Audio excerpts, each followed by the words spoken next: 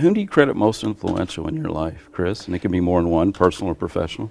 Well, one person that really reinforced the competitiveness was a high school teacher, high school coach at St. X, Joe Heinzman. Okay. And he just grabbed me one day, I won't tell you why, and just stared me in the face and said, "You never quit. You never quit." And I was a freshman when he told me that. And it stuck with me ever since. What was the most defining moment of your life? And again, it could be more than one, personal or professional. Well, on a professional standpoint, it was when my master had retired. And you think you're ready, right? And finally he's gone. The old guy's gone. Now I can do my bit. Rule the roost, if you will. And I walked into the tasting lab, and there were dozens and dozens and dozens of barrel samples of Woodford Reserve. Oh my gosh! And now it dawned on me, I'm in charge. I'm responsible. If I choose the wrong whiskey and it tastes like it's not supposed to taste, it's my fault. It's on you. Yeah.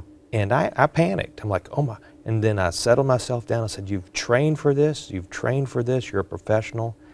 And at that point, I never looked back. That's great. But I had to face it.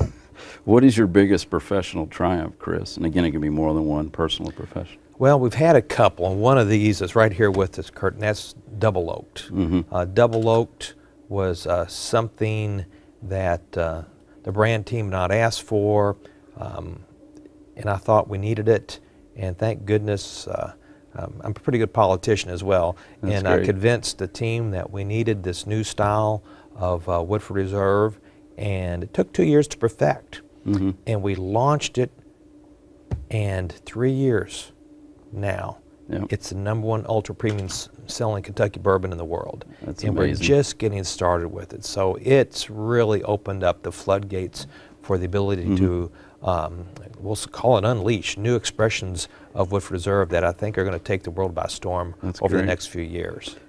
What is the best piece of advice ever given to you, Chris? You kind of mentioned it earlier with the experience at school. Yeah, the best piece of advice is pretty much in vein with everything else, and don't quit.